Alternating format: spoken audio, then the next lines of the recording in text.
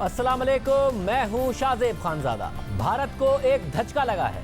भारत और ईरान की कुर्बत जो ईरान में चाबहार बंदरगाह की वजह से बढ़ रही थी, उसे धचका लगा है। इस वक्त दुनिया में 3 बड़े मुमालिक में कशीदगी है। अमेरिका और चीन के ताल्लुकात माजी के मुकाबले में मजीद कशीदा हो गए हैं। चीन और भारत के ताल्लुकात में कशीदगी बढ़ गई है। इन तीनों मुमालिक में कशीदगी का असर अब खित्ते में वाज़े हो रहा है। नई सब बंदियां हो रही हैं, नए इत्तेहादी बन रहे हैं।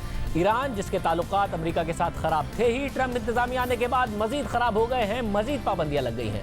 चीन, अमेरिका और भारत से कशीदगी के बाद अब अपना असर सूख मजीद बढ़ा रहा है। अफ्रीकी और एशियाई मुमालिक में सरमायाकारी के जरिए असर सूख बढ़ाने के बाद चीन अब ईरान को करीब ला रहा है।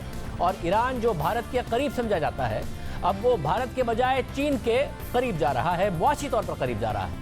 दोनों अमेरिका मुखालिफ मुमालिक एक साथ खड़े हो गए हैं और चीन ईरान में 400 अरब डॉलर्स की सरमायाकारी करने जा रहा है। ईरान और चीन की कुर्बत पर बात करेंगे, मगर पहले बात करेंगे ईरान और भारत के ताल्लुकात की, जिसे एक बड़ा धचका लगा है। भारत में अपोजिशन नरेंद्र मोदी हुकूमत पर तनकीद कर रही है। ईरान ने चाबहार मंसूबे से भारत को बाहर निकाल दिया है। ईरान ने फैसला किया है कि अब वो खुद से चाबहार मंसूबा मुकम्मल करेगा, भारत से मदद नहीं लेगा। भारतीय अपोजिशन ने इसे भारत का बहुत बड़ा नुकसान करार दिया है और कहा है कि सिफारती मुहाज पर चीन की बहुत बड़ी कामयाबी हो गई है। ये मंसूबा खित्ते में भारतीय असर सूख के लिए बहुत अहम है। भारत इस मंसूबे के जरिए न सिर्फ ईरान बल्कि अफगानिस्तान के साथ साथ सेंट्रल एशिया तक रसाई हासिल कर सकता था, इन ममालिक तक अपना असर सूख बढ़ा सकता था, इन ममालिक से तिजारत कर सकता था। मगर अब ईरान ने साफ जवाब दे दिया है। भारतीय मीडिया के मुताबिक गुज़िश्ता हफ्ते ईरान के वजीर ट्रांसपोर्ट ने चाबहार से जाहिदान तक 628 किलोमीटर ट्रैक पर काम का इफ्तिदा कर दिया है, खुद कर दिया है, और ऐलान किया है कि ये ट्रैक सिर्फ ईरान तक महदूद नहीं रहेगा बल्कि ईरानी सरहद से अफगानिस्तान तक जाएगा। और ईरानी हुकाम का कहना है कि वो मार्च 2022 तक इस मंसूबे को मुकम्मल कर लेंगे। पहले इस मंसूबे के लिए फंडिंग भारत ने करना थी, मगर अब ईरान खुद 400 मिलियन डॉलर्स खर्च करके इस मंसूबे को मुकम्मल करेगा। ये भारत के लिए धचका है। 4 साल पहले यानी 23 मई 2016 को भारतीय वजीर आजम नरेंद्र मोदी, अफगान सदर अशरफ गनी और ईरानी सदर हसन रूहानी चाबहार पोर्ट मंसूबे का मुआहदा किया और ये कहा गया कि ईरानी पोर्ट चाबहार से एक रेलवे ट्रैक अफगानिस्तान तक बिछाया जाएगा और फिर उसे सेंट्रल एशिया तक ले जाया जाएगा। भारत को अफगानिस्तान से तिजारत के लिए पाकिस्तान की ज़रूरत नहीं होगी, ये बार बार दावा किया गया। और इस मुआहदे को भारतीय हुकूमत और भारतीय मीडिया ने एक बहुत बड़ी कामयाबी करार दिया। इस मुआहदे के तहत भारतीय हुकूमत ने वादा किया था कि वो इस मंसूबे के लिए तमाम सर्विसेज, स्ट्रक्चरल वर्क और फाइनेंसिंग फराहम करेगा और इब्तदाई तौर पर 50 करोड़ डॉलर देने का ऐलान भी किया। भारतीय माहिरीन कई बार ईरान भी गए, वहाँ के हुकाम से मुलाकातें भी की, मगर इस मंसूबे पर काम का आगाज नहीं हो सका। एक तरफ भारत पाकिस्तान के जरिए अफगानिस्तान से तिजारत की ख्वाहिश का इजहार करता रहा, दूसरी जानिब वो चाबहार पोर्ट के जरिए अफगानिस्तान और वस्ती एशिया तक रसाई की अमली कोशिशें भी करता रहा। 2003 में वाजपेयी हुकूमत ने ईरान के साथ चाबहार की तामीर का मुआहदा किया, मगर ईरान पर आलमी पाबंदियों और अमरीका के दबाव की वजह से उस पर अमल नहीं हो सका। और 2016 में जब न्यूक्लियर डील के बाद ईरान से पाबंदियां खत्म होने लगी तो फिर भारत फाल हुआ और मई 2016 में फिर से मुआहदा किया और अफगानिस्तान को भी इसमें शामिल कर लिया। ये मुआहदा इस लिहाज से भी अहम था क्योंकि चाबहार पोर्ट पाकिस्तान की गवादर पोर्ट से सिर्फ 72 किलोमीटर दूर है और खदशा था कि ईरानी पोर्ट पर भारतीय असर सूख पाकिस्तान के साथ साथ चीन के लिए भी खतरा होगा। मगर इस अहम मंसूबे पर मोदी हुकूमत अमेरिका की नाराजगी के डर से अमल दरामद ना कर सकी। हालांकि जनवरी में ईरानी वजीर खारजा जवाद जरीफ ने भारत का दौरा किया और कहा कि चाबहार के जरिए अफगानिस्तान और सेंट्रल एशिया तक रसाई बजरिया ट्रेन मुमकिन हो सकती है, इसलिए ज़रूरी है कि चाबहार से जाहिदान तक रेलवे ट्रैक मुकम्मल किया जाए। हमारे पास इंफ्रास्ट्रक्चर है मगर हमें रेल की ज़रूरत है। हम भारत से बातचीत कर रहे हैं कि वो हमें ट्रेनें फराहम करे। हम अपनी ट्रेनें बना सकते हैं मगर उनका मयार वैसा नहीं होगा जिसकी हमें ज़रूरत है। इस पर भारत और ईरान को मिलकर काम करने की ज़रूरत है ताकि रेलवे ट्रैक को मुकम्मल किया जा सके। मगर 6 महीने बाद भी इस हवाले से कोई पेशरफ नहीं हुई क्योंकि भारतीय हुकूमत नहीं चाहती थी कि इस मंसूबे की वजह से अमेरिका उस पर पाबंदियां लगा दे या नाराज़ हो जाए। भारतीय अखबार दी हिंदू की रिपोर्ट के मुताबिक भारत को खतरा था कि अगर उसने चाबहार मंसूबे पर काम शुरू किया तो अमेरिका नाराज़ हो जाएगा क्योंकि अमेरिका ने ईरान पर पाबंदियां आयद की हुई हैं। अमेरिका ने चाबहार पोर्ट और रेलवे ट्रैक को पाबंदियों से इस्तिस्ना दिया हुआ था, मगर फिर भी सामान की सप्लाई के हवाले से मुश्किलात का सामना था, इसलिए भारत इस मंसूबे से पीछे हटने लगा। भारत पहले ही ईरान से तेल की दरामद खत्म कर चुका है क्योंकि अमेरिका ने पाबंदियां लगाई हुई हैं। भारतीय खामोशी के बाद अब ईरान ने फैसला किया है कि वो खुद से ये मंसूबा मुकम्मल करेगा, मगर इसके पीछे एक और बड़ी वजह है।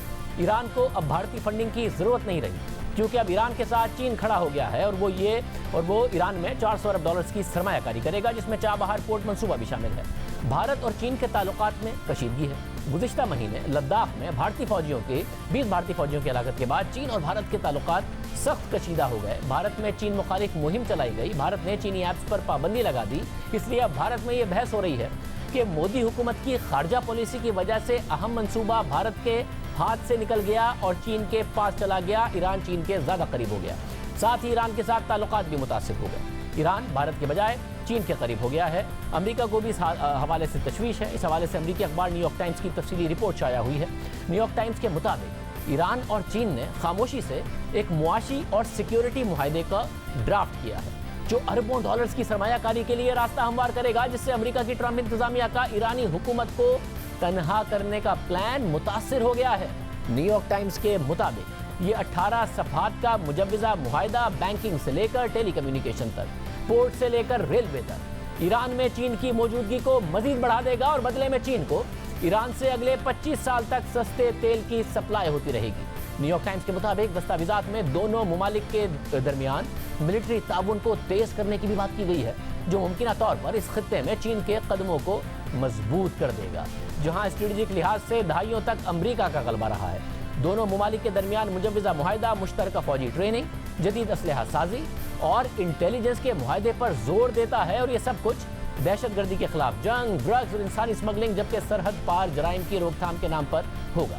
न्यूयॉर्क टाइम्स के मुताबिक इस पार्टनरशिप की सबसे पहले तजवीज़ चीनी सदर ने उस वक्त दी थी जब उन्होंने 2016 में ईरान का दौरा किया था, जबकि उसकी मंजूरी गुज़िश्ता माह ईरानी काबीना ने दी है। लेकिन अभी तक ये ड्राफ्ट ईरानी पार्लियामेंट में पेश नहीं हुआ और ना ही इस मुआहदे को अब तक अवाम के सामने लाया गया है, जिसकी वजह से ईरान के अंदर भी शुबहात में इजाफा हो रहा है कि आखिर इस पार्टनरशिप के बदले ईरान ने क्या कुछ दांव पर लगाया है। लेकिन अमेरिका के लिए ये पार्टनरशिप किसी धचके से कम नहीं। न्यूयॉर्क टाइम्स के मुताबिक सदर ट्रंप की इंतजामिया ने जब से ईरान के साथ न्यूक्लियर डील को ख़त्म किया है और ईरान से मुताल्लिक एक जारहाना पॉलिसी इख्तियार की है, नई पाबंदियाँ लगाई हैं और इन कंपनियों को धमकियाँ दी हैं कि जो ईरान से तिजारत करेगा उसे आलमी बैंकिंग तक रसाई नहीं दी जाएगी। ये पार्टनरशिप इन जारहाना पॉलिसी के लिए एक बड़ा धचका है, क्योंकि अमेरिका ने ईरानी मईशत का गला घोंट दिया था, जिसकी वजह से ईरान बेबस हुआ और उस बेबसी में वो चीन के पास चला गया, जिसके पास टेक्नोलॉजी है और तेल खरीदने की गुंजाइश भी है, और इन्हीं चीज़ों को ईरान की ज़रूरत है। न्यूयॉर्क टाइम्स के मुताबिक ईरान दुनिया में सबसे ज़्यादा तेल एक्सपोर्ट करने वाले मुल्कों में शामिल रहा है, जो इसके रेवेन्यू का सबसे बड़ा जरिया था। लेकिन जब से ट्रंप इंतजामिया ने इस पर पाबंदियां लगाना शुरू की थी, तब से उसकी एक्सपोर्ट गिरना शुरू हो गई थी। जबकि चीन अपनी ज़रूरत का 75% तेल दरामद करता है और तेल दरामद करने वाला सबसे बड़ा मुल्क है, जिसने गुज़िश्ता साल रोज़ाना 10 मिलियन बैरल तक तेल दरामद किया। न्यूयॉर्क टाइम्स के मुताबिक जहां कोरोना वायरस के पेश नज़र इस वक्त अमरीकी मईशत को दबाव का सामना है और आलमी सतह पर तनहा हो रहा है, वहीं चीन को अमरीकी कमज़ोरी की भिनक पड़ गई है, क्योंकि मुआहदे से पता लगता है कि ज़्यादातर ममालिक के बरक्स चीन को लगता है कि वो इस पोजीशन में है कि वो अमेरिका का मुकाबला करे, इतना ताकतवर है कि अमरीकी पाबंदियों और जुर्मानों के सामने खड़ा रह सके, बिल्कुल वैसे ही जैसे वो इस तिजारती जंग के सामने खड़ा रहा जो ट्रंप इंतजामिया ने उस पर मुसल्लत की थी। न्यूयॉर्क टाइम्स के मुताबिक ईरान और चीन के मुआहदे का पहला जुमला यहाँ से शुरू होता है कि एशिया की दो कदीम सकाफतें, तिजारती, मुआशी, सियासी और सकाफती सेक्टर के दो पार्टनर्स जिनका नुक्ता एक जैसा है, जिनका नुक्ता नज़र एक जैसा है और जिनके बाहिमी मफादात एक जैसे हैं, वो एक दूसरे को अपने स्ट्रेटेजिक पार्टनर तस्वुर करेंगे। यानी एक जुमले से, न्यूयॉर्क टाइम्स के मुताबिक एक जुमले से ये एक वाज़ेह पैगाम दिया गया है कि चीन और ईरान आइंदा किस तरह और किस पैमाने पर एक साथ चल सकते हैं। न्यूयॉर्क टाइम्स के मुताबिक हुक्काम से ये बात पता चली है कि चीन की ईरान में अगली 25 सालों तक 400 अरब डॉलर्स की सरमायाकारी होगी। न्यूयॉर्क टाइम्स के मुताबिक जब अमेरिकी स्टेट डिपार्टमेंट से इस मुजव्वज़ा मुआहदे से मुतालिक पूछा गया तो उनका कहना था कि अमेरिका चीन की इन कंपनियों पर पाबंदी लगाता रहेगा जो ईरान की मदद करेंगी।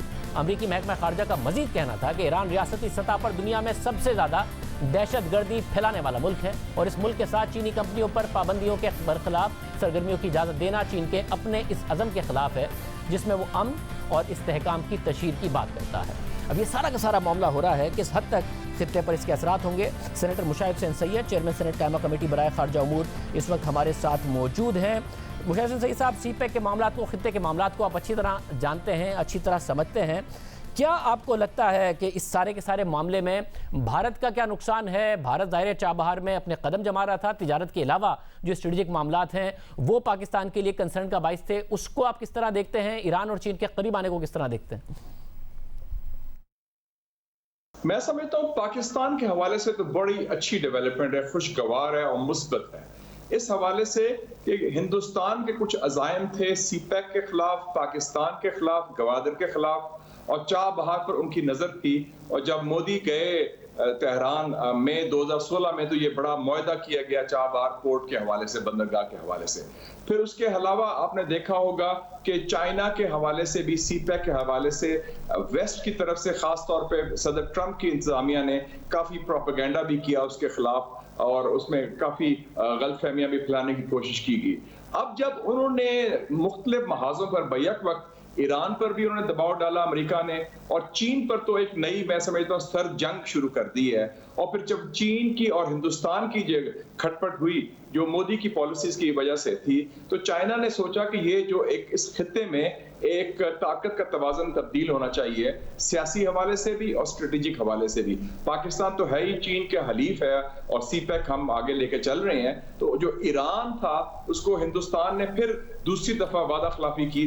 आपको याद होगा 2006 में जब उनका न्यूक्लियर, उनका ईरान, पाकिस्तान और इंडिया की एग्रीमेंट हुई थी गैस पाइपलाइन की, तो अमरीकी इमा पर, अमरीकी दबाव पर हिंदुस्तान ने इनराफ किया और पीछे हट गया और ईरान को लेट डाउन किया। और अब भी अमरीकी दबाव के तहत वो पीछे हट गए हैं हिंदुस्तान। तो उनको एक खला नजर आ गई और वो खला चीन ने बड़े अच्छे महारत के साथ कर दी। और मैं समझता हूँ कि चीन और ईरान दो मुमालिक नहीं है, सिर्फ एक सिविलाइजेशन है, तहजीब है 3-4 हजार साल पुरानी। तो उन्होंने जिस तरीके से सिफारतकारी की है, मेरे ख्याल में बहुत खूबसूरती से ताकत का तवाज़न तब्दील हुआ है। सीपैक हमारे लिए और मुस्तहकम हो गया है, हमारे मगरबी जो बॉर्डर्स हैं वो सिक्योर हो गए हैं और हिंदुस्तान इलाके में तनाव हो गया है। तो पाकिस्तान की पोजीशन, मैं समझता हूँ, हमें स्ट्रेटेजिक स्पेस भी मिल गई है और हमारी पोजीशन खत्ते में मजबूत हो गई है, क्योंकि हमारा बेहतरीन दोस्त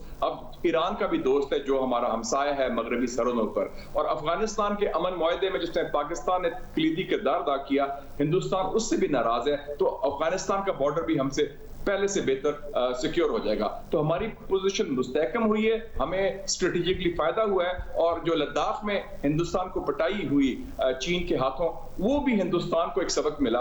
जो हिंदुस्तान पाकिस्तान पर, नेपाल पर, छोटे ममालिक पर बुलिंग कर रहा था और दबाव डाल रहा था, उसमें भी कमी आई है। तो सब अमेरिका के प्रेशर में ज़ाहिर अगर भारत नहीं जा सका, ये हुआ है कि अमेरिका दबाव डालता है, पाकिस्तान भी जो आईपीआई गैस पाइपलाइन थी उस पर उस तरीके से अमल दरामद नहीं कर सका जिस तरीके से चीन के साथ कमिटमेंट हुई थी।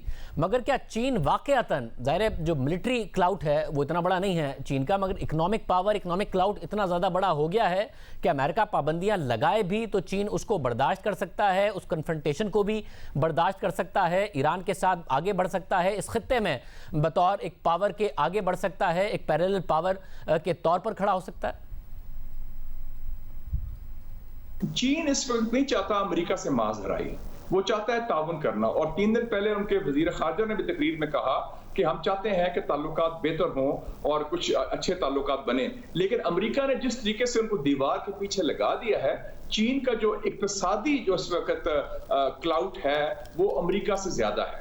अमेरिका का फौजी क्लाउड बहुत है, स्ट्रेटेजिक क्लाउड भी बहुत है। लेकिन आपने देखा कि ट्रंप के दौर में इस पूरे खित्ते से अमेरिका का एक रिट्रीट हो रही है, इनखला हो रहा है, चाहे सीरिया हो, चाहे इराक हो, चाहे अफगानिस्तान हो, और उस तरह वो आगे नहीं बढ़ के आ रहा। और वो सिर्फ अब चीन का मुकाबला करना चाहता है, इसलिए क्योंकि ट्रंप समझता है कि चीन की मुखालफत में शायद उनको 2020 के सदारती इंतखाबात में कामयाबी हो जाए, जो अब मुश्किल नजर आ रही है। तो मैं समझता हूँ चीन ने ये शो कर दिया कि वो तैयार है। और एक और चीज शाहजेब साहब बड़ी इंपॉर्टेंट है, ये जो ईरान के साथ मुआहदा हुआ है 25 साल तेल का, ये RMB करेंसी में हुआ है, ये डॉलर्स में नहीं हुआ। तो डॉलर की इजारादारी भी खत्म हो रही है। और आपको याद होगा कि जब सद्दाम हुसैन और गद्दाफी ने अंदिया दिया कि वो डॉलर से निकल के यूरोज में जाएंगे, तो दोनों का तख्ता उल्ट दिया गया था। अमेरिका को ये बड़ा खदशा है इस बात का। तो मेरे ख्याल में कुछ दुनिया के हालात भी तब्दील हो रहे हैं। अमेरिका इतना मजबूत नहीं रहा जो 15-20 साल पहले थे। 9/11 के बाद 6 खरब डॉलर अमेरिका ने जाया किए हैं ये जंगों में जो मुस्लिम दुनिया में की हैं, जिसके नतायज आपके सामने हैं, नाकामी मुकम्मल तौर पर। तो दुनिया तब्दील हो रही है और जो ताकत का तवाज़न है सियासी और इक्तिसादी, वो मगरिब से मशरिक की तरफ मुंतकिल हो रहा है। और 21वीं सदी को लोग कह रहे हैं कि एशिया की सदी है, जिसमें चीन का एक बड़ा कलीदी किरदार है, जो हमारे लिए बड़ा फायदा है। चीन हमारा हमसाया और बेहतरीन दोस्त भी है। साहब, एक और कंसर्न पाकिस्तान का ज़ाहिर है, जो भारत के कदम मजबूत हों और दूसरे मामलात हों, उसके ऊपर तो पाकिस्तान का कंसर्न ईरान में के हवाले से था ही, मगर एक और था कि चाबहार गवादर पोर्ट का कंपेटिटर के तौर पर ना सामने आए। पाकिस्तान भी चाहता है कि गवादर डेवलप हो, सेंट्रल एशिया तक एक्सेस हो। अगर चाबहार को डेवलप भारत कर रहा है तो उसमें पाकिस्तान को इकोनॉमिकली भी हर्ट करने की कोशिश कर रहा है। आपको लगता है कि चीन, दोनों ही पोर्ट्स, गवादर में भी चीन की इन्वेस्टमेंट है और वहाँ भी, तो इस हवाले से जो इकोनॉमिकली पाकिस्तान को नुकसान हो सकता है या कोई ऐसा नुकसान नहीं है? दोनों पोर्ट्स बहुत करीब हैं। गवादर का चाबहार से कोई कंपटीशन नहीं। चाबहार एक छोटी सी बंदरगाह है, गवादर एक डीप सी पोर्ट है, एक बहुत बड़ी स्ट्रेटेजिक पोर्ट है साइज के हवाले से भी। और दूसरी, पाकिस्तान को खदशा ये था कि चाबहार को इस्तेमाल करते हुए हिंदुस्तान बलूचिस्तान को, सीपेक को, गवादर को डिस्टेबलाइज करेगा। और आप ये ना भूलें कि कुलभूषण यादव जो रॉ का सरकर्दा लीडर था और एजेंट था, वो चाबहार से ही तो पाकिस्तान आया था। और जो सारी सरकर्दे, तो वो एक बेस चाहते थे पाकिस्तान के खिलाफ, तो उसका खदशा खत्म हो गया। और बल्कि मैं समझता हूं कि चाबहार को 120 किलोमीटर दूर है गवादर से, हमारा अच्छा ताउन होना चाहिए।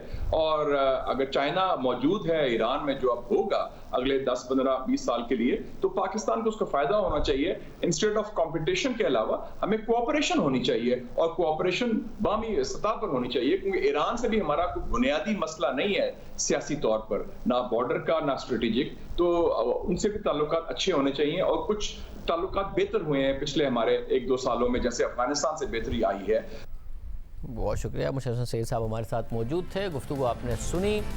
इस वक्त ईरान हिमायती है इस पार्टनरशिप का। वो समझता है कि मुआशी लाइफलाइन सिर्फ चीन ही ईरान को दे सकता है, क्योंकि उनके साथ इस वक्त मुआशी प्रॉब्लम्स हैं। न्यूयॉर्क टाइम्स के मुताबिक ईरान के एक सीनियर कॉलम निगार का कहना है कि ईरान के लिए तमाम दरवाजे बंद हैं और सिर्फ एक ही रास्ता खुला है, जो चीन है। लेकिन जहाँ इस डील के हिमायती हैं, वहीं मुखालफिन भी हैं। न्यूयॉर्क टाइम्स के मुताबिक नाकदीन ने इस खदशे का इजहार किया है। इस वक्त ईरान को मुआशी कमजोरियों को सामना है, आलमी तौर पर तनहा है, और एक ऐसे वक्त में ईरान को चीन के हाथों फरोख्त किया जा रहा है। ईरान के साबिक सदर महमूद अहमदीनेजाद ने इस डील को एक सीक्रेट डील करार दिया और कहा कि ईरान के लोग कभी इसकी मंजूरी नहीं देंगे। न्यूयॉर्क टाइम्स के मुताबिक मुखालिफिन चीन के दूसरे मुल्कों के साथ प्रोजेक्ट्स को देखकर खदशात का इजहार कर रहे हैं, जिसमें अफ्रीका और एशिया के कई ममालिक कर्जों में डूब गए और फिर चीन के मरहूने मिन्नत हो गए। न्यूयॉर्क टाइम्स के मुताबिक इस मुजव्वज़ा डील में एक अहम खदशा ये भी है कि इसमें ईरान की जो पोर्ट फैसिलिटीज़ की बात की गई है, जिसमें से एक port facility straight of Hormuz के बाहर बनाने की बात की गई है, और ये रास्ता पर्शियन गल्फ का दाखिली रास्ता है, जो चीन को एक ऐसे पानी पर स्ट्रेटेजिक पॉइंट दे देगा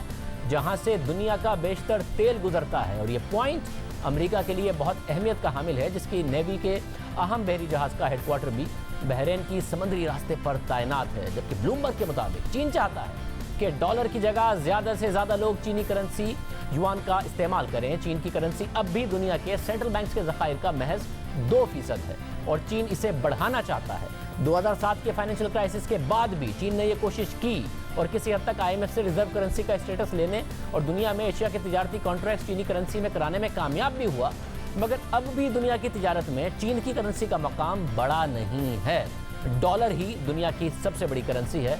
चीन 2% इस वक्त दुनिया के सेंट्रल बैंक के रिजर्व की करेंसी है। अब जबकि अमेरिका पाबंदियों की धमकियां दे रहा है, तो चीन में बड़े इक़दाम पर गौर हो रहा है, जिसमें चीनी दरामदाद अपनी करेंसी में करने के साथ साथ दीगर ममालिक में सरमायाकारी और दीगर ममालिक को कर्ज भी अपनी करेंसी युआन में देने पर गौर हो रहा है। प्रोग्राम में एक ब्रेक शामिल करते हैं। पाकिस्तान में सीपेक के हवाले से सवालात उठते रहे हैं, एक और मामला आया है, उस पर बात करेंगे तफसील से ब्रेक के बाद।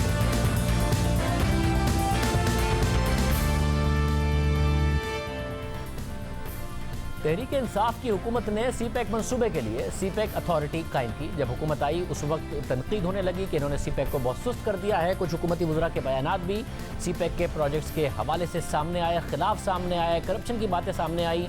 फिर सीपेक अथॉरिटी बनी, मगर अब हुकूमत सीपेक अथॉरिटी को मजीद बाइख्तियार बनाने पर गौर कर रही है, जिसके लिए सीपेक अथॉरिटी से मुताल्लिक नए बिल का मुसविदा तैयार किया गया है। आज कौमी अखबारों में ये बात सामने आई है और उसमें बड़ी बड़ी तब्दीलियों की तजवीज़ दी गई है और सीपेक अथॉरिटी को बाइख्तियार बनाने के लिए वज़ीर आज़म के किरदार को भी उस बिल से की हद तक महदूद करने की तजवीज़ है, जबकि वजारत मनसूबाबंदी को ज्वाइंट कोऑर्डिनेशन कमेटी के शरीक चेयरमैनशिप से हटाने की तजवीज़ शामिल है। ये आज कौमी अखबारों में बात आई। असद उमर साहब को हमने इस पर प्रोग्राम में बुलाने की दावत दी क्योंकि प्लानिंग मिनिस्ट्री उनके पास है, तो उनका कहना था कि इस मामले पर अभी गौर हो रहा है, हतमी फैसला नहीं हुआ। जबकि जो साबिक वजीर मनसूबाबंदी हैं नून लीग के दौर के, जिन्होंने बहुत ज़्यादा सीपेक पर काम किया, एहसन इकबाल साहब, वो इस फैसले पर पहले ही तनकीद कर रहे हैं। एहसन इकबाल साहब भी हमारे साथ मौजूद हैं। एहसन इकबाल साहब, बहुत शुक्रिया। एहसन इकबाल साहब, पहले आप ही लोगों ने तनकीद की कि इस हुकूमत ने सीपेक पर तेज़ी से काम नहीं किया, सुस्त कर दिया है। इन्होंने सीपेक अथॉरिटी बना दी, अब उसको मजीद अगर इख्तियारात दे रहे हैं कि चीज़ें एक्सपेडाइट हों, तेज़ी से काम हो, तो आप क्यों तनकीद कर रहे हैं इस मामले पर? जी देखिए शाहजेब, जब ये सीपैक अथॉरिटी का ख्याल इन्होंने फ्लोट किया था तो सीपैक पार्लियामेंट्री कमेटी में मैंने इनसे कुछ सवालात किए थे जिनका कोई जवाब नहीं दे सके थे। पहली बात यह है कि हमने 4 सालों के अंदर $28.5 अरब की इन्वेस्टमेंट मटेरियलाइज की, जो खुद हुकूमत इकोनॉमिक सर्वे में मानती है, और वो किसी अथॉरिटी के बगैर हुआ था। असल बात यह कि ये समझ नहीं रहे कि सीपैक जो है वो एक इंटर मिनिस्ट्रियल प्रोजेक्ट है जिसमें 14-15 मिनिस्ट्रीज इन्वॉल्व हैं। क्या आप एक सीपैक अथॉरिटी को कायम करके वो 14-15 वजारतें खत्म कर देंगे? अगर उन वजारतों ने अपना काम करना है तो सीपैक अथॉरिटी एक सुपरफ्लुअस, एक डुप्लीकेशन है। वैसे मगर अगर इस हुकूमत को खुद लगता है कि एक सेंट्रल अथॉरिटी बना दें और सीपेक तेज़ी से अमल करेगा और पाकिस्तान के लिए फ़ायदेमंद है, तो इसमें एग्जैक्टली गलत क्या है? जो थ्योरेटिकली आप कह रहे हैं वो ठीक, मगर वैसे क्या गलत है? अगर इन प्रिंसिपल आपको ये गलत लग रहा है, प्रैक्टिकली इस पर अमल दरामद में क्या गलती है? जब भी आपके पास 14-15 वजारतें हैं तो आप उसको एक टीम अप्रोच से कामयाब कर सकते हैं। आप उसको हायरार्कियल मैनेजमेंट स्ट्रक्चर में मजीद प्रॉब्लम्स में लेके चले जाते हैं और एक रस्साकशी शुरू हो जाएगी अथॉरिटी की तमाम मिनिस्ट्रीज के साथ, जो कि हम पिछले 6 महीने में देख चुके हैं कि जब से इन्होंने सीपैक अथॉरिटी बनाई है वो कोई काबिल जिक्र काम नहीं कर सकी। अगर जरूरत है तो जो मिनिस्ट्रीज इसमें इम्प्लीमेंटिंग मिनिस्ट्रीज हैं उनकी कैपेसिटी बिल्ड करनी चाहिए। जैसे हमने उस वक्त मिनिस्ट्री ऑफ कम्युनिकेशन से काम लिया, ministry of port and shipping से काम लिया, मिनिस्ट्री ऑफ कम्युनिकेशन की NHA ने जो इंफ्रास्ट्रक्चर के प्रोजेक्ट्स थे, वाटर एंड पावर ने अपने प्रोजेक्ट्स किए, पेट्रोलियम ने अपने प्रोजेक्ट्स किए। और मैं ये बात रिकॉर्ड पे रखना चाहता हूं कि पाकिस्तान की सिविल एडमिनिस्ट्रेशन ने डिलीवर करके दिखाया, पाकिस्तान के पब्लिक सेक्टर ने डिलीवर करके दिखाया, और मैं उन तमाम अफसरों को उनकी कोशिशों को सराहना चाहता हूं जिन्होंने वो काम किया जो लोग शुरू में कहते थे शायद पाकिस्तान इंप्लीमेंट नहीं कर सकेगा।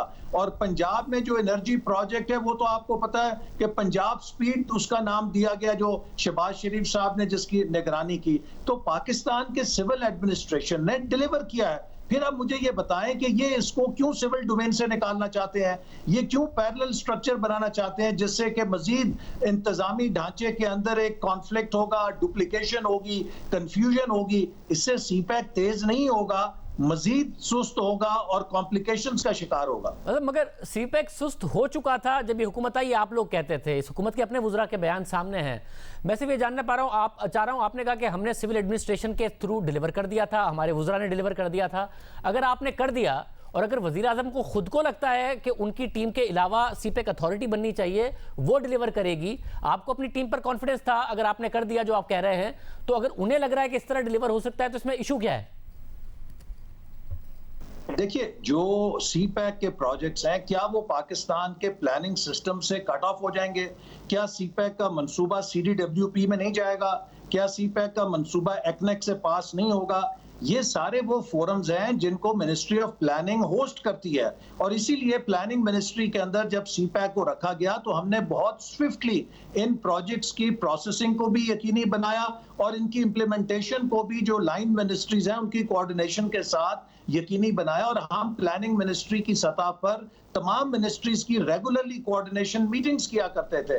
तो अब अगर इस हुकूमत के पास सलाहियत नहीं है, उसका ये मतलब तो नहीं है कि ये सिविल स्ट्रक्चर को तबाह कर दें, सिविल एडमिनिस्ट्रेशन को तबाह कर दें। इसी तरह हम देख रहे हैं कि जो लोकस्ट है, अब देखिए पाकिस्तान की रीजनल एनवायरनमेंट देखिए, हमारे कश्मीर के महाज पर रोजाना भारत क्या कर रहा है। हमारे वेस्टर्न महाज पे हर दूसरे दिन 4-5 फौजी शहीद हो जाते हैं, हमें साजिशों का शिकार है। लद्दाख के अंदर क्या हो रहा है, इस सिक्योरिटी इन्वायरमेंट में ये हुकूमत एब्डिकेशन कर रही है। वो काम जो तहसीलदार और असिस्टेंट कमिश्नर के करने का होता था, अगर लोकस्ट बहुत बढ़ गई है तो ज्यादा से ज्यादा ये होता था कि तहसीलदार से वो अपग्रेड करके एसी की ड्यूटी लगा दो। अब वहां पर हमारे फौज के सीनियर अफसरों को लगाया हुआ है। हमारा दुश्मन हंसता होगा हम के ऊपर कि हम क्या, हमारी हुकूमत इतनी ही गई गुजरी हो गई है कि यहाँ पे हर काम के लिए, मामूली काम के लिए भी इनको फौज की मदद लेना पड़ रही है। ये फौज के साथ भी ज्यादती है जो ये कर रहे हैं, चूंकि खुद इनको हुकूमत चलाना नहीं आती। तो कब तक इस तरह निजाम हम तबाह करेंगे और होने देंगे जो हमारी आंखों के सामने हो रहा है। अच्छा, मतलब ज़रा सिविल इंतजामिया को डिलीवर करना चाहिए। आप मुझे ऑप्शन बताइए कि आपके पास क्या ऑल्टरनेट है कि अब इस तरीके से कि सीपैक के मंसूबे भी मुकम्मल हों और वो सुस्त रवि का भी नाशिकार हों, वो तेज़ी से भी चलते नजर आ रहे हैं। हुकूमत अगर करे तो उसे दुरुस्त अंदाज में करे ना। ये जो सीपैक अथॉरिटी बना रहे हैं, इससे तो मजीद मामलात गंभीर हो जाएंगे। जो गवर्नमेंट का इंतजामी ढांचा है उसके अंदर बहुत ज्यादा डुप्लीकेशन और रिडंडेंसीज हो जाएंगी, आपस में खींचातानी हो जाएगी। असल मसला सीपैक के जो स्लो डाउन का है शाहजेब, वो ये है कि हुकूमत ने हमारा मैक्रो इकोनॉमिक ढांचा तबाह कर दिया है। डेवलपमेंट बजट 50% रिड्यूस हो गया है। इनके पास पैसे नहीं है कि ऑनगोइंग प्रोजेक्ट को चला सके। मैं आपको मिसाल देना चाहता हूं, जो इस वक्त सीपैक का सबसे बड़ा फ्लैगशिप प्रोजेक्ट है, जिसकी फिजिबिलिटी 2 साल पहले तैयार हो चुकी थी और जिसे 2018-19 में शुरू हो जाना चाहिए था, वो ML1 है। कराची से पेशावर रेलवे लाइन की मॉडर्नाइजेशन, उसमें सिग्नलिंग सिस्टम भी है, ड्यूलाइजेशन ऑफ ट्रैक भी है। ये $7.5 अरब का प्रोजेक्ट है। हुकूमत ने सिर्फ 6 अरब रुपए बजट में रखे हैं। इस रफ्तार से 197 साल लगेंगे इस प्रोजेक्ट को मुकम्मल होने में। अब आप मुझे बताइए कि आप सुपर सीपैक अथॉरिटी ले आए, अब आपके पास अगर 6 अरब रुपए हैं तो वो क्या करेगी? और सीपैक अथॉरिटी तो वैसे ही नॉन स्टार्टर है। इसका अगर कोई तरीका है वो टीम अप्रोच है और मिनिस्ट्री ऑफ प्लानिंग के जरिए इन तमाम मिनिस्ट्रीज को एम्पावर करने की जरूरत है। जो लाइन मिनिस्ट्रीज हैं उन्होंने ही अपना काम करना है। क्या मुझे बताइए, CPEC authority board of investment का सब्स्टिट्यूट बनेगी? CPEC authority ministry of energy का सब्स्टिट्यूट बनेगी? क्या सीपैक अथॉरिटी NHA का सब्स्टिट्यूट बनेगी? क्या CPEC authority ministry of railway का सब्स्टिट्यूट बनेगी? उन वजारतों ने अपने काम खुद करने हैं। जब उन्होंने खुद करने हैं तो आप उनको एम्पावर कीजिए, बजाय उनके ऊपर एक बॉस या मॉनिटर बिठाने के। ये काम उन वजारतों ने करके दिखाया है। हमने 4 साल इसको कामयाबी से किया है और यही एक तरीका है कि जिसका जो काम है आप उसको एम्पावर करें और उसके जरिए वो काम आगे बढ़ाएं। तो साहब, आज आपने नैब चेयरमैन से भी मुतालबा किया, खत ही लिख दिया है कि जी नारोवाल स्पोर्ट्स कॉम्प्लेक्स पर इमरान खान के खिलाफ आप जो है वो नोटिस लें। आप दोनों ने आपस में नैब ही खेलना है। आपके खिलाफ जो केस बना उसकी हकीकत तो हमने इस प्रोग्राम के जरिए ही आवाम को बताई कि क्या उस केस के हकाइक हैं, मगर अब आप चाहते हैं कि वो क्योंकि स्पोर्ट्स का प्रोजेक्ट खराब हो गया तो अब नैब उनके खिलाफ एक्शन ले, तो नैब ही आप खेलते रहेंगे या मुल्क आगे कैसे बढ़ना है? देखिए, मेरे ऊपर तो ये केस है कि मैंने खेलों का एक प्रोजेक्ट उसको मुकम्मल करने में क्यों किरदार अदा किया, जबकि ये प्रोजेक्ट शुरू हुआ था मेरे हुकूमत में आने से पहले के। इमरान खान साहब ने 2 साल से इस प्रोजेक्ट के फंड रोके हुए हैं, जिसपे जो 86% कंप्लीट हो चुका था। 40 करोड़ रुपए चाहिए थे इसको मुकम्मल होने में, 1 साल में मुकम्मल होना था। ना सिर्फ वो फंड रोके हैं, बल्कि जो एस्ट्रो टर्फ आई पड़ी थी जिसकी 6 महीने की वारंटी थी, करोड़ों रुपए की थी, उसको जाय कर दिया है। वो वारंटी एक्सपायर हो गई है सप्लायर की जिसने इंस्टॉल करनी थी। करोड़ों रुपए की वहां एथलेटिक्स फील्ड के अंदर टर्फ आई हुई थी जो दुनिया की महंगी तरीन और बेहतरीन थी इंटरनेशनल स्टैंडर्ड्स की, उसकी वारंटी एक्सपायर कर दी है और वो पड़ी क्रेट्स में खत्म हो गई है। पूरा जो ढांचा बना हुआ था, शीशे टूट गए हैं, खिड़कियां टूट गई हैं, कोई वारिस नहीं है। जिस स्टेडियम के अंदर पाकिस्तान की क्रिकेट टीम मैच खेलकर आई थी, जहां पे हमें तवक्को थी कि 2020 में PSL का मैच होगा, आज वहां खंडर बना हुआ है, जंगल बना हुआ है, घास उगी हुई है, बुरी हाल है। इस नुकसान के ऊपर क्या इमरान खान साहब के खिलाफ केस नहीं बनता? मेरे खिलाफ तो यह था कि खेल का मंसूबा क्यों बनाया है? तो उस मंसूबे को तबाह करने के लिए, जिसे अब मुकम्मल करने के लिए अरबों रुपए चाहिए होंगे इजाफी, कौन जिम्मेदार है? किसकी जेब से वो निकलेंगे पैसे? क्या इमरान अहमद नियाजी साहब उसके जिम्मेदार नहीं है कि इन्होंने सियासत और इंतकाम की खातिर एक नेशनल स्पोर्ट्स प्रोजेक्ट को तबाह कर दिया है? और यही रेफरेंस आज मैंने चेयरमैन नैब को दिया। वो कहते हैं मैं फेस नहीं देखता, केस देखता हूं। तो जनाब, मुझ पे तो आपने केस बनाया कि मैंने कोई खेल का मंसूबा बनाया, उस खेल के मंसूबे को तबाह करने वालों पर अगर आप केस नहीं चलाते तो इसका मतलब है आप फेस ही देखते हैं। बहुत शुक्रिया सिंह साहब हमारे साथ मौजूद थे। नैब के हवाले से आम खबर पे बात करेंगे ब्रेक के बाद।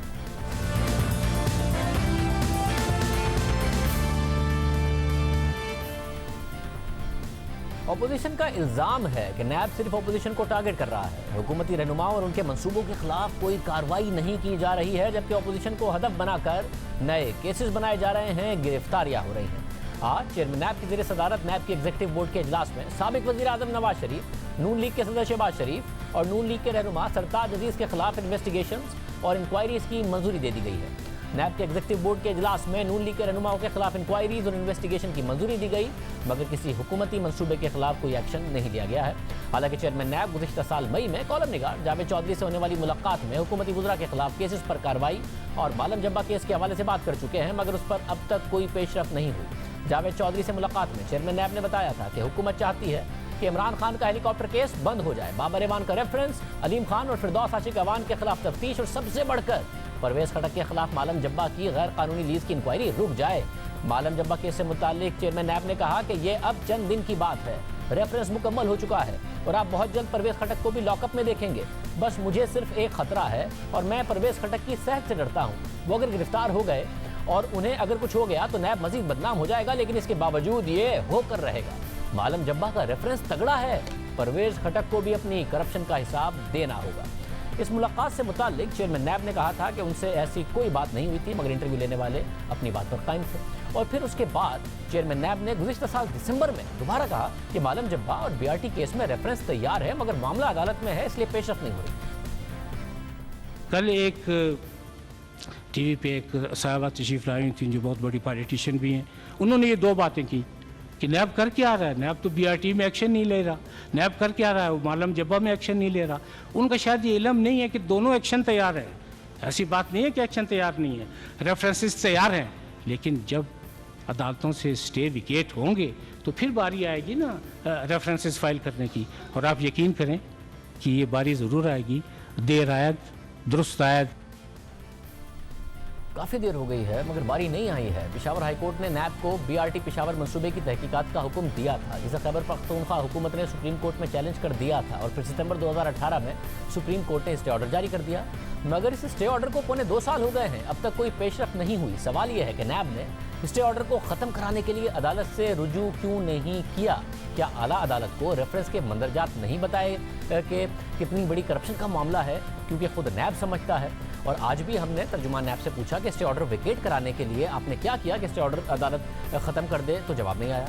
इसी तरह चेयरमैन नैब ने मालम जब्बा केस के हवाले से कहा कि इसमें रेफरेंस तैयार है, मगर इस हवाले से भी उन्होंने अदालती हुक्म की आड़ दी। मगर जब हमने तहकीकात की तो पता चला कि कुछ फरीक़ैन अदालत गए हुए हैं, मगर अदालत ने तहकीकात से नहीं रोका। इस हवाले से मुसलसल हम नैब से पूछते रहे। जब हमने मार्च में तर्जुमान नैब से पूछा तो उन्होंने कहा कि मालम जब्बा का केस अभी ज़ेर तफ्तीश है, उसे नैब के एग्जीक्यूटिव बोर्ड की मीटिंग में पेश कर दिया जाएगा और एग्जीक्यूटिव बोर्ड का जो भी फैसला होगा उससे सबको आगाह कर दिया जाएगा। गुज़िश्ता साल दिसंबर में चेयरमैन नैब ने कहा था कि रेफरेंस तैयार है। उसके बाद नैब के एग्जीक्यूटिव बोर्ड की 7 मीटिंग्स हो चुकी हैं, 7। आज की मीटिंग में इस केस के हवाले से कोई बात नहीं हुई। इससे पहले 23 जून को नैब के एग्जीक्यूटिव बोर्ड का इजलास हुआ, जिसमें दीगर मामलों की तहकीकात की तो मंजूरी दी गई, मगर मालम जब्बा का केस उसमें शामिल नहीं था। इसी तरह 9 जून को भी नैब के एग्जीक्यूटिव बोर्ड के इजलास में मालम जब्बा का मामला शामिल नहीं था। फिर 23 अप्रैल को होने वाली नैब के एग्जीक्यूटिव बोर्ड की मीटिंग में भी मालम जब्बा केस पर बात नहीं हुई।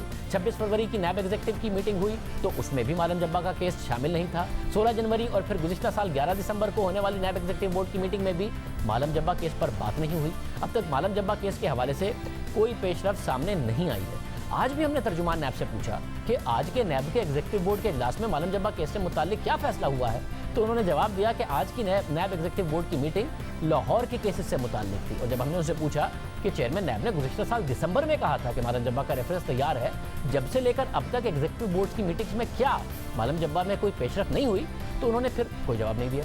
दिसंबर से लेकर आज तक 7 नैब की एग्जीक्यूटिव बोर्ड की मीटिंग हुई है, मुतादिद इंक्वायरीज और इन्वेस्टिगेशंस की मंजूरी हुई, मगर जब रेफरेंस बकौल नैब चेयरमैन 7 माह पहले तैयार था, उसका जवाब नहीं दिया जा रहा और उस पर कोई गिरफ्तारी भी नहीं हो रही। चेयरमैन नैब ने खुद कहा था कि इन दोनों केसेस में रेफरेंस तैयार है। नैब की तरफ से रेफरेंस तैयार होने का मतलब यह है कि नैब समझता है कि इस केस में करप्शन हुई है, इसलिए उसने पहले इंक्वायरी की, फिर इन्वेस्टिगेशन की और फिर उसके बाद रेफरेंस तैयार किया। मगर इन दोनों केसेस में गिरफ्तारी नहीं की गई। जिस तरह अपोजिशन रहनुमाओं को बुलाकर बार बार तहकीकात की जाती है, क्या उस तरह परवेज खटक के साथ हुआ? अपोजिशन पहले ही इल्जाम लगा रही है कि जब से चेयरमैन नैब की मुबैना वीडियो सामने आई है, वो कॉम्प्रोमाइज्ड हैं, वो हुकूमतों के हाथों में कठपुतली बने हुए हैं। राना सनाउल्लाह ने फिर ये मामला उठाया। सिर्फ एक ही बात के पीछे लगे हुए हैं। देखिए जी, हमने कोई नैब का चेयरमैन हमने बनाया है, नैब का चेयरमैन तो आपने बनाया है, दुरुस्त है। जनाब स्पीकर, नैब के चेयरमैन की वीडियो किसने बनाई है? आपने। नैब के चेयरमैन की वीडियो दिखाई किसने है? आपने। वो जो तैयबा गुल थी, उसका राब्ता किससे हुआ था? आपसे। उसके खिलाफ जो इंक्वायरीज थी, वो किसने खत्म करवाई? आपने। उसका जो खामन था फारूक मलक, वो जेल में था, उसको बाहर किसने निकलवाया? आपने। उसकी जो बकिया 5 वीडियोस हैं, वो किसके पास है? आपके पास। चेयरमैन नैब ने ये फरमाया था कि अगर मैं 10-15 बंदे पकड़ लूं तो हुकूमत जो है वो धड़ाम से गिर जाएगी, और उनमें से एक आदमी ऐसा है कि अगर मैं उसको पकड़ लूं तो उसकी सेहत इतनी कमजोर है कि मुझे खतरा है कि उसको कुछ हो ना जाए। जब चेयरमैन नैब ने ये प्रेस कॉन्फ्रेंस की तो उसके बाद जो है वो फिर ये वीडियो आ गई और उसके बाद जो है वो चिरागों में रोशनियां रही। तो ये जनाब चेयरमैन जो है, ये आपका जो है वो एहतसाब है, और इस एहतसाब से आप खौफ, इंतकाम, तकब्बर, और ये खौफ जो है ये आपके अंदर जो है वो पता नहीं क्यों इतना समाया हुआ है। ये सवाल ही अपोजिशन बार बार उठा देती है। इजाज़त दीजिए। अल्लाह।